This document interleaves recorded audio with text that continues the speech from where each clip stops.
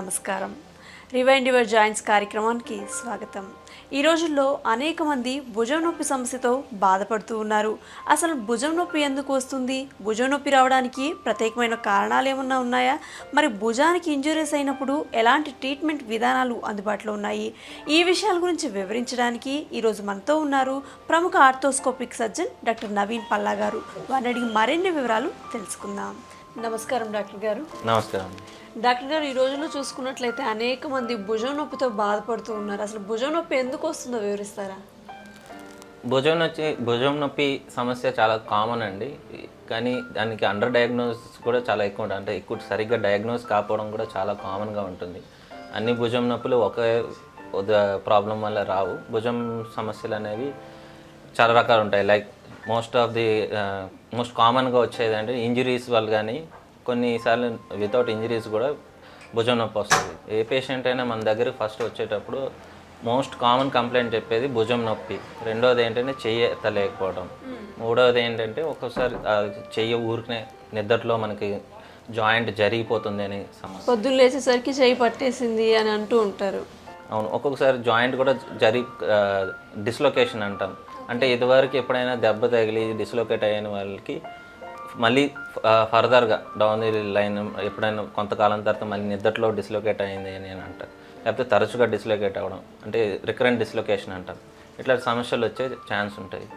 ఇప్పుడు భుజం సమస్యలు మనం డివైడ్ చేసుకుంటూ ఇంజురీస్ వల్ల అంటే దెబ్బ తగిలడం వల్ల వచ్చే సమస్యలు ఏముంటాయంటే, ఒకటి డిస్లొకేట్ అవ్వడం అంటే రెగ్యులర్గా రికరెంట్ డిస్లొకేషన్ అంటాం. అంటే భుజము జాయింట్లో ఉండకుండా జరిగిపోవడం అనమాట. రెండో సమస్య ఏంటంటే ఒకసారి భుజంకి ఏదైతే పైకి ఎత్తే కండ ఉంటుందో కండ చిరగటం. సో దానివల్ల వాళ్ళకి పెయిన్ వస్తుంది. ఆ చేతితో పని చేయలేకపోవడం, అంటే చేయి పైకి ఎత్తడం, బరువు ఎత్తలేకపోవడం, ఇవన్నీ సమస్యలు వస్తాయి. ఇంకొంతమందికి మైనర్ టేర్స్ ఉంటాయి లోపల.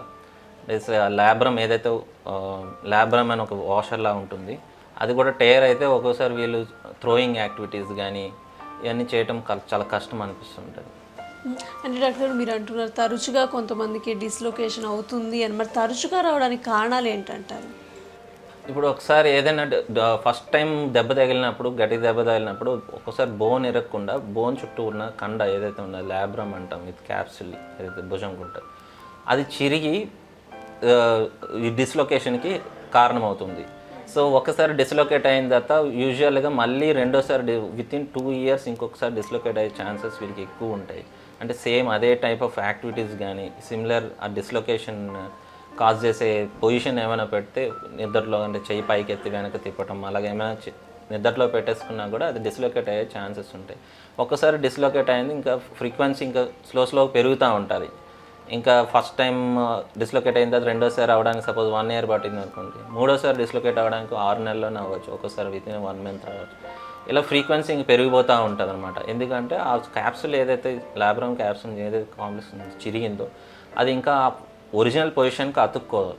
సో అదంతా లూజ్గా ఉంటుంది. సో అది డిస్లొకేట్ అయ్యే ఛాన్సెస్ పెరిగిపోతాయి. ఇటువంటి వీటికి మనం సర్జరీ ద్వారానే దానికి న్యాయం చేయవచ్చు.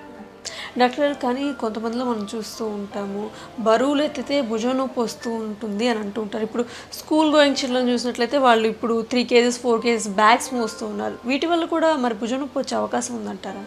ఇప్పుడు స్కూల్ పిల్లలు తీసుకెళ్ళి బ్యాగ్ వల్ల వచ్చే నొప్పి వేరే కారణం అయి ఉండవచ్చు. కొంతమందికి యూజువల్గా చిన్నపిల్లలకి భుజం నొప్పులు అనేవి చాలా రేర్ ఉంటాయి. యూజువల్గా మనకి భుజం నొప్పి సమస్యలు ఎక్కువగా టీనేజ్ నుండి మొదలవుతాయి. టీనేజ్ నుండి ఎల్డర్లీ పేషెంట్స్ 60-70 years వరకు కూడా ఉంటాయి. కానీ ఒక్కొక్క ఏజ్లో ఒక్కొక్క కారణాలు ఉంటాయి. ఇప్పుడు లైక్ టీనేజ్లో నేను యాక్టివ్ యంగ్ అడల్ట్స్లో ఏం చూసుకుంటే వాళ్ళకి ఎక్కువ ఇంజరీస్ వల్ల వచ్చే నొప్పులు ఎక్కువ ఉంటాయి. ఇంకొద్దిగా మిడిల్ ఏజ్ చూసుకుంటే వాళ్ళకి వేరే విధంగా, అంటే ఫ్రోజన్ షోల్డర్ అంటాం, భుజం పట్టేయటం, వీళ్ళ సమస్యలు ఓన్లీ అంటే చెయ్య మూమెంట్ తగ్గిపోవడం, ఇవన్నీ ఇటువంటి సమస్యలు ఉంటాయి. ఇంకా కొద్దిగా ఓల్డ్ ఏజ్ 60-70 years వాళ్ళకి ఐదర్ కఫ్ టేర్ కానీ లేకపోతే ఆర్థరైటిస్ అనేది డెవలప్ అవుతుంది. సో వాళ్ళకి ఇట్లాంటి భుజం సమస్యలు ఉంటాయి. సో ఏ సమస్య అనేది మనం డయాగ్నోస్ చేస్తే దాని దగ్గర మనం దానికి ట్రీట్మెంట్ సజెస్ట్ చేస్తాం.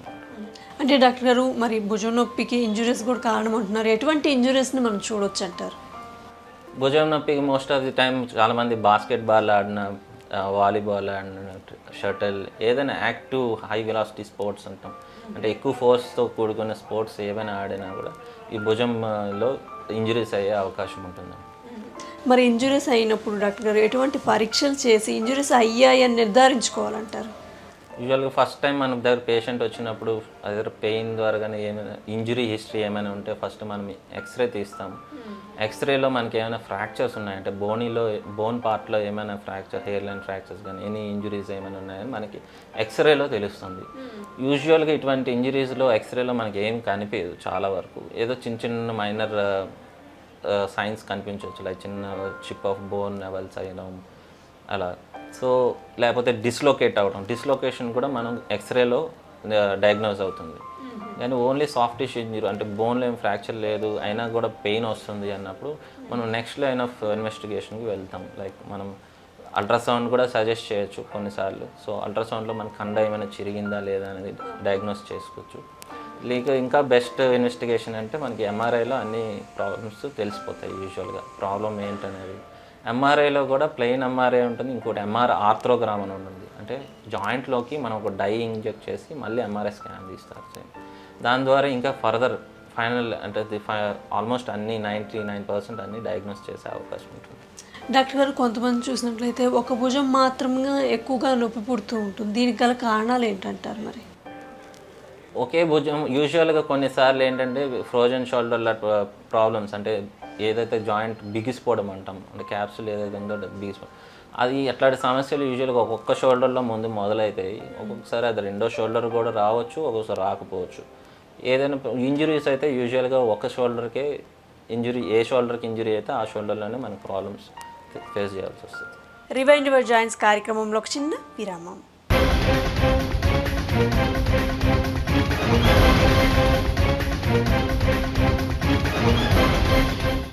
రివైండ్ యువర్ జాయింట్స్ కార్యక్రమానికి తిరిగి స్వాగతం.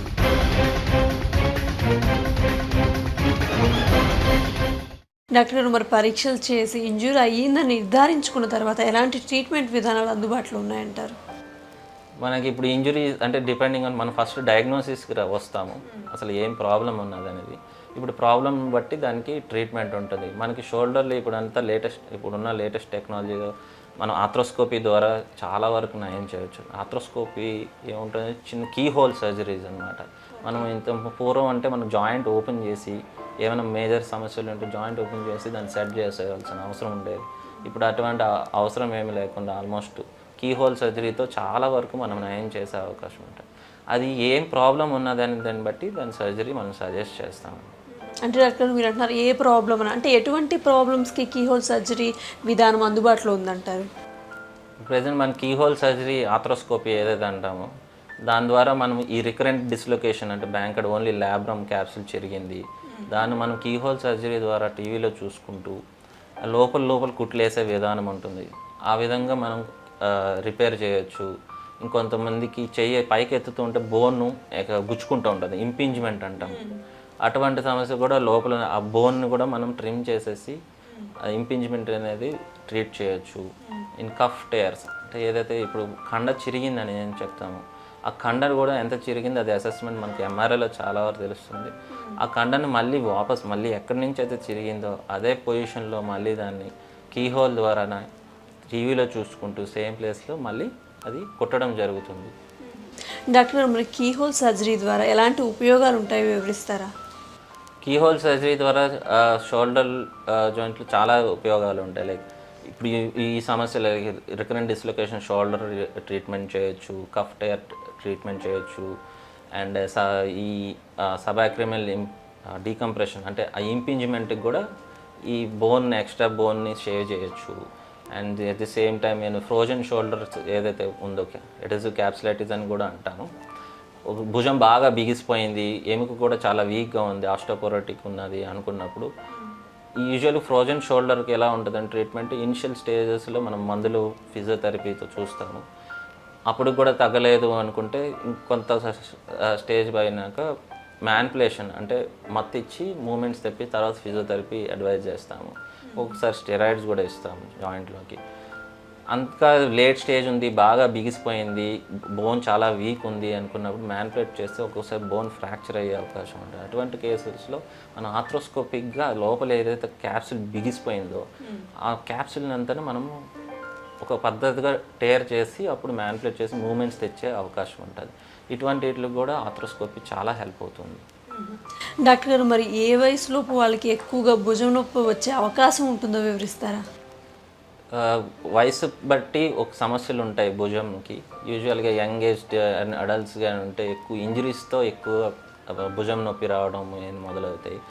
కొద్ది లేట్ 40s నుంచి చూసుకుంటే చాలామంది దానికి అదే వాళ్ళ షుగర్ పేషెంట్స్ ఉంటారు, థైరాయిడ్ పేషెంట్స్ ఉంటారు, ఇట్లాంటి వాళ్ళకి ఫ్రోజన్ షోల్డర్ అని ఉంటుంది. లేకపోతే కొంతమంది బిసిపిటల్ టెండినైటిస్ అంటాం, అంటే జాయింట్లో ఒక కండ వచ్చి ఆ ల్యాబ్రమ్ అంటే ఏదైతే వాషర్లా ఉంటుందో దానికి అటాచ్ అవుతుంది. అది కూడా ఒక్కొక్కసారి ఇన్ఫ్లమ్ అయ్యే బిసిపిటల్ టెండినైటిస్ అంటాం. ఇట్లా అంటే most of the time irritation or degenerative వీటి వల్ల వస్తాయి పెయిన్స్, అటువంటి సమస్యలు పెరుగుతాయి. సో ఈ షుగర్ ఉన్న థైరాయిడ్ ఉన్న వాళ్ళకి ఎక్కువ ఫ్రోజన్ షోల్డర్ రావటం, ఈవెన్ కార్డియాక్ పేషెంట్స్ కూడా ఫ్రోజన్ షోల్డర్ వస్తుంది. Frozen shoulder is nothing but జాయింట్లో మొబిలిటీ తగ్గిపోతుంది. ఎటువంటి మూమెంట్ ఏమాత్రం కొద్ది కూడా చేసినా నొప్పి వచ్చే అవకాశం ఉంటుంది. ఇట్లాంటి దీంతో మనకు ఒక్కొక్కసారి డిఫరెన్షియేట్ చేసుకోవాల్సింది ఏంటంటే ఆర్థరైటిస్ అంటే జాయింట్ అరుగుదల. ఈ సమస్య కూడా కొంతమందిలో ఉంటుంది. అందుకే మనం ఎక్స్రేలో మనం అది చూసేసి డిఫరెన్షియేట్ చేస్తాం. జాయింట్ అరుగుదల అనేది ఏముంటుందంటే కొంత లోపల ఉన్న ఏదైతే జాయింట్ సర్ఫేసెస్ కార్ట్లేజ్తో లైన్డ్ అప్ అయి ఉంటాయి, లైక్ మృదులాస్థి అంటాం. కొంతమందికి జాయింట్ అరిగిపోవడం కూడా జరుగుతుంది. దానికి జాయింట్ అరిగిపోవడానికి కారణాలు ఏముంటాయంటే మోస్ట్లీ ఎక్కువగా మనం చూసేది భుజంలో అయితే రొమటాయిడ్ ఆర్థరైటిస్ అంటే కీళ్ళ వాతం వల్ల వచ్చే ఆర్థరైటిస్ మోస్ట్ కామన్ ఉంటుంది. అది మనకు కొన్నిసార్లు దెబ్బ వల్ల కూడా జాయింట్ డ్యామేజ్ అయ్యి అది కూడా ఆర్థరైటిస్ లీడ్ చేసే అవకాశం ఉంటుంది. ఇట్లాంటి ఆర్థరైటిస్ అనేది మనకి ఓవర్ 60 years వాళ్ళకి 50 to 60 years అబవ్ వాళ్ళకి ఎక్కువగా మనం చూస్తాం. డాక్టర్ గారు, కొంతమందిని చూస్తూ ఉంటాము భుజం జారింది అని అంటూ ఉంటాం, మనం వీటికి కూడా కీహోల్ సర్జరీ చేయొచ్చు అంటారా? అవునండి, భుజం జారింది. దీనికి యూజువల్గా ఫస్ట్ టైం భుజం జారితే అంత పెద్దగా యూజువల్ కన్జర్వేటివ్ ట్రీట్మెంట్ చేస్తాం. అంటే దాన్ని భుజంను మళ్ళీ పొజిషన్లోకి సెట్ చేసి దానికి ఒక 6 weeks అలా రెస్ట్ ఇస్తాం, సో దట్ అది ఏమైనా హీల్ అవుతుందా అని చూస్తాం. కానీ కొంతమందికి అది బాగానే ఉంటుంది, కొంతమందికి చాలా వితిన్ 2 years మళ్ళీ ఇంకొకసారి డిస్లొకేట్ అయ్యే ఛాన్సెస్ కూడా ఉంటాయి. ఒకసారి డిస్లొకేట్ అవ్వడం మొదలు పడుతుంది అంటే ఫ్రీక్వెన్సీ పెరుగుతూ ఉంటుంది, సో అది గుడ్ జారిపోతూ ఉంటుంది. సో అది జారిపోతున్నప్పుడల్లా మళ్ళీ దాన్ని పొజిషన్లో పెట్టినా కూడా మళ్ళీ దానికి అదే జారిపోయే అవకాశం ఉంటుంది. సో అటువంటిప్పుడు మనం మళ్ళీ ఎంఆర్ ఆర్థ్రోగ్రామ్ తీసి దానికి ఇంకేమేం ప్రాబ్లమ్స్ ఉన్నాయి అనేది, ఆ డిస్లొకేషన్కి కారణాలు ఏంటంటే ఒకటి క్యాప్సిల్ ల్యాబ్రమ్ అని చెప్పాను. ఒక్కొక్కసారి ఏమవుతుందంటే ఆ బోన్ ఏదైతే గ్లినాయిడ్ అనే బోన్ ఉందో ఆ బోన్ కూడా కొంత డ్యామేజ్ అయ్యే ఛాన్సెస్ ఉంటాయి. దానివల్ల కూడా డిస్లొకేషన్స్ ఎక్కువ అవుతుంటాయి. గ్లినాయిడ్ బోన్ లాస్ అంటాం, అంటే బోన్ లాస్ ఒకవేళ 25% కంటే ఎక్కువ ఉంది అంటే అప్పుడు కొద్దిగా ఓపెన్ సర్జరీ చేసి దీన్ని ఫిక్స్ చేయాల్సి వస్తుంది ఇటువంటి టైప్ ఆఫ్ డిస్లొకేషన్స్కి. కాకపోతే అది చాలా తక్కువ మందికి అవసరం పడుతుంది. ఒకవేళ ఓపెన్ సర్జరీ చేయాల్సి వస్తే మనం ఈ భుజం దగ్గర ఇంకో చిన్న బోన్ ఉంటుంది, ఆ బోన్ని తీసుకొని ఈ బోన్ ఎక్కడైతే లాస్ అయిందో ఆ ప్లేస్లో దీన్ని ఫిక్స్ చేసి చేయాల్సి వస్తుంది. అది ఓపెన్ సర్జరీ అవుతుంది. డాక్టర్ గారు, మరి ప్రతి భుజం నొప్పికి కీహోల్ సర్జరీ తప్పనిసరి అంటారా? అన్ని భుజం నొప్పులకి సర్జరీ చేయాలని ఏమి ఉండదు. కొన్నిసార్లు భుజం నొప్పి ఓన్లీ టెండినైటిస్ అంటాం, అంటే ఓన్లీ కండ వాపు వల్ల భుజం నొప్పి వస్తుంది. ఈవెన్ ఫ్రోజన్ షోల్డర్ వల్ల కూడా ఎర్లీ స్టేజెస్లో మనం సర్జరీ ఏమో చేయని అవసరం లేదు. చాలా వరకు సమస్యలు కొన్నిసార్లు ఫిజియోథెరపీ అండ్ పెయిన్ కిల్లర్స్ తోటే నయమవుతుంది. వాళ్ళకి ప్రాపర్ రెస్ట్ ఇచ్చి సరైన గైడ్ చేస్తే చాలా సమస్యలు మామూలుగా కూడా ట్రీట్మెంట్ నయమవుతుంది. డాక్టర్ గారు, మరి 2 భుజాలు ఒకేసారి ఇంజ్యూర్ అయితే కనుక 2 భుజాలకు ఒకేసారి సర్జరీ చేయొచ్చు అంటారా? యూజువల్గా చేయమండి. ఎప్పుడు వాళ్ళ సజెషన్ యూజువల్గా 2 భుజాలు ఒకేసారి దెబ్బతినడం అనేది చాలా రేరు. అలా జరిగినా కూడా ఎట్ ది సేమ్ సిట్టింగ్ ఒకేసారి సర్జరీ సజెస్ట్ చేయము. ఎందుకంటే ఈ keyhole surgery usually time taking surgery 2 to 3 hours కూడా పట్టే అవకాశం ఉంటుంది. మళ్ళీ పొజిషనింగ్ ఇవన్నీ కొన్ని సమస్యలు ఉంటాయి. So most of the time if it is short చిన్న surgeries only suppose like impingement ఉంది 2 భుజాలకి, రెండు ఒకేసారి చేయాలంటే అట్లాంటి చిన్న చిన్న సమస్యలు ఉంటే రెండు ఒకేసారి కూడా చేయొచ్చు. భుజానికి ఇంజురీస్ అయినప్పుడు ఎలాంటి ట్రీట్మెంట్ విధానాలు అందుబాటులో ఉన్నాయి, ఈ విషయాల గురించి తెలుసుకునే ముందు రివైండ్ యువర్ జాయింట్స్ కార్యక్రమంలో మరో చిన్న విరామం.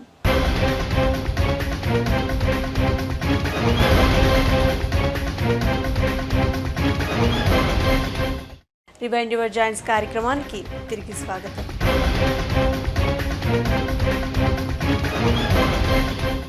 డాక్టర్ గారు, మరి కీహోల్ సర్జరీ తర్వాత పేషెంట్ ఎలాంటి జాగ్రత్తలు పాటించాలంటారు? ఈ కీహోల్ సర్జరీతో ప్రత్యేకత ఏముంటుందంటే దీంతో ఎర్లీ రికవరీ ఉంటుంది. అంటే పేషెంట్ మీరు రికవరీ అంటున్నారు చాలా 2-3 అవర్స్లో చేయొచ్చు అని. తర్వాత రెస్ట్ అనేది ఎన్ని రోజులుగా అవసరం అంటారు? రెస్ట్ అనేది మనకి ఏం సర్జరీ చేసాము, ఏం సమస్య ఉన్నదని దీన్ని బట్టి మనం రెస్ట్ సజెస్ట్ చేస్తాం. ఇన్ కేస్ ఏమైనా రిపేర్ చేసాము అంటే any repair like bank card repair, dislocation చేసాము, లేకపోతే కఫ్ రిపేర్ చేసాము, ఇట్లా రిపేర్ అయిన వాటికి మళ్ళీ అవి హీల్ అవ్వడానికి మనకి 6 to 8 weeks టైం తీసుకుంటాయి. సో ఈ టైంలో కొంతగా ఇమొబిలైజేషన్ ఉంటుంది. అంటే ఒక బ్రేస్ మీద జాయింట్ కదలకుండా ఉంచుతాము. అది కొద్దిగా హీల్ అవుతుంది అనగా 4 to 6 weeks తర్వాత స్లోగా ఫిజియోథెరపీ అనేది స్టార్ట్ చేస్తాం.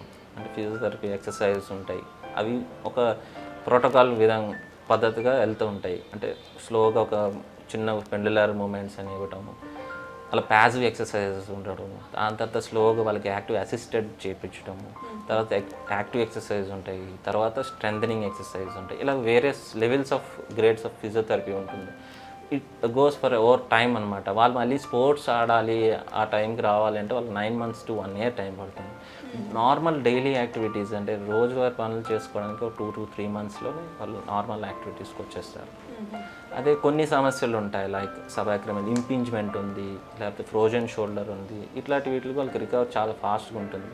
సో సర్జరీ చేసిన నెక్స్ట్ డే నుంచే వాళ్ళకి ఎక్సర్సైజ్లు స్టార్ట్ అవుతాయి, మూమెంట్స్ అన్నీ చేయగలుగుతారు. యూజువల్గా ఎంత పెయిన్ ఫ్రీ, ఎంతవరకు ఈ మూమెంట్స్ చేయగలుగుతారు చేయమనే చెప్తాము. స్లోగా పెయిన్ తగ్గిపోతున్న కొద్దీ వాళ్ళు అన్ని పనులు వాళ్ళు చేసుకోగలుగుతూ ఉంటారు. కానీ డాక్టర్ గారు చాలామంది అంటుంటారు సర్జరీ అయిపోయిన తర్వాత బరువులు ఎత్తకూడదు, చైన్ చాలా జాగ్రత్తగా చూసుకోవాలి అంటారు. నిజంగా బరువులు ఎత్తకూడదు అంటారా? చెప్తున్నాను కదా, ఇనిషియల్గా సర్జరీ అయిన వెంటనే అయితే బరువులు ఎత్తడం ఇవన్నీ అవాయిడ్ చేయమనే చెప్తాం. సపోజ్ డిపెండింగ్ మన సమస్య ఏముంది దాన్ని బట్టే చెప్తాం. ఇన్ కేస్ ఆ కండ చిరిగింది, బరువులు ఎత్తే కండ చిరిగింది అనుకుంటే దానికి మనం ప్రాపర్ రెస్ట్ ఇవ్వాల్సి వస్తుంది. మళ్ళీ వెయిట్స్ అవన్నీ ఎత్తడానికి మనం 6 months పైగానే టైం పడుతుంది. గ్రాడ్యువల్గా అవి స్లోగా దాన్ని ట్రైన్ అప్ చేసుకుంటూ మజిల్ స్ట్రెంత్ గెయిన్ చేసుకున్నాక అప్పుడు మళ్ళీ ఎత్తచ్చు. వన్స్ అది అంటే ఆల్మోస్ట్ 9 months to 1 year అయిపోయిన తర్వాత వాళ్ళు ఆల్మోస్ట్ నార్మల్ యాక్టివిటీస్ చేయగలుగుతారు, బరువులు కూడా ఎత్తగలుగుతారు. డాక్టర్ గారు, చాలామంది భుజం నొప్పిని నెగ్లెక్ట్ చేస్తూ ఉంటారు, తర్వాత చూయించుకుందాంలే అని. మరి ఇలా నెగ్లెక్ట్ చేస్తే ఎలాంటి కాంప్లికేషన్స్ వస్తాయి వివరిస్తారా? భుజం సమస్యలు చాలామంది ఆఫ్కోర్స్ నెగ్లెక్ట్ చేస్తూ ఉంటారు. ఎందుకంటే ప్రతి ఏదో చిన్న నొప్పి వచ్చింది అది రావడం మొదలవడమే చిన్న నొప్పితో మొదలవుతుంది చాలాసార్లు. సో ఏదో నొప్పిలే తగ్గిపోతుంది అని చాలామంది అలాగా లేట్ చేస్తూ ఉంటారు. చాలా వరకు సమస్యలు కొద్ది లేట్ అయినా కూడా పర్వాలేదు, కానీ కొన్ని సమస్యలు ఉంటాయి. లైక్ ఇప్పుడు కండ ఏమైనా చిరిగింది, కఫ్ టైర్ అంటాం, అది బాగా లేట్ చేస్తే ఏమవుతుందంటే అది కఫ్ అనేది వెనక్కి రిట్రాక్ట్ అయిపోతుంది. అందుకే లోపలికి ఎంత అది మామూలుగా మనకి స్ప్రింగ్ టైప్లో అది వెనక్కి గుంజుకుపోతుంది అంటాం మనం వాడు విషయం. అది బాగా లోపలికి రిట్రాక్ట్ అయిపోయింది అంటే మళ్ళీ ఆ కండ మళ్ళీ దాని యథా పొజిషన్, దాని ఒరిజినల్ పొజిషన్కి తీసుకురావడం కష్టం అవుతుంది. అట్లాంటప్పుడు రిపేర్స్ ఇవన్నీ కూడా కష్టం అవుతాయి. ఒక్కొక్కసారి ఇంకా లేట్ చేస్తే కఫ్ ఆర్థ్రోపతి అంటాం. అంటే కండలో చిరుగు ఉండడం వల్ల స్లోగా కార్టిలేజ్ మీద ఫ్రిక్షన్ పెరిగి ఆర్థరైటిస్ డెవలప్ అవుతుంది. అట్లాంటప్పుడు ఒకసారి ఆర్థరైటిస్ వచ్చేసినాక ఈ సర్జరీ చేసి కూడా ఇంకేమీ ప్రయోజనం ఉండదు. అప్పుడు వేరే సర్జరీస్కి వెళ్ళాలి. లైక్ ఆర్థరైటిస్ ఒకసారి భుజంలోకి వచ్చిందంటే ఇంకా అప్పుడు పెయిన్ బాగా ఉంది, దాన్ని రిలీఫ్ చేయాలంటే అప్పుడు రీప్లేస్మెంట్ అనేది షోల్డర్ రీప్లేస్మెంట్ అడ్వైజ్ చేసే అవసరం పడుతుంది. సో ఏ సమస్య వచ్చినా సరే ముందుగానే మనం వీలైనంత త్వరగా డాక్టర్ని కన్సల్ట్ చేసి దాని డయాగ్నోజ్ నిర్ధారించుకొని దాని ట్రీట్మెంట్ తీసుకోవడం మంచిది. డాక్టర్ గారు, మరి మన భుజాలు స్ట్రాంగ్గా ఉండాలంటే ఎలాంటి ఫుడ్ తీసుకోవాలంటారు? భుజాలు అనేది ఇన్ జనరల్ ఏ బోన్స్ అయినా స్ట్రాంగ్ ఉండడానికి మనం కాల్షియం, వైటమిన్ డి సప్లిమెంటేషన్ చాలా ఇంపార్టెంట్. ఇప్పుడున్న రోజుల్లో చాలా వైటమిన్ డి డెఫిషియన్స్ అనేది చాలా చూస్తున్నాము. ఇప్పుడు పిల్లలు కానీ ఎవరు అన్నీ ఫాస్ట్ ఫుడ్స్ తినడం, జంక్ ఫుడ్స్ తినడం, బర్గర్స్ వీటిలో కాన్సన్ట్రేట్ చేసి యాక్చువల్లీ చాలామంది మిల్క్ కూడా తాగరు రెగ్యులర్గా తీసుకునేది.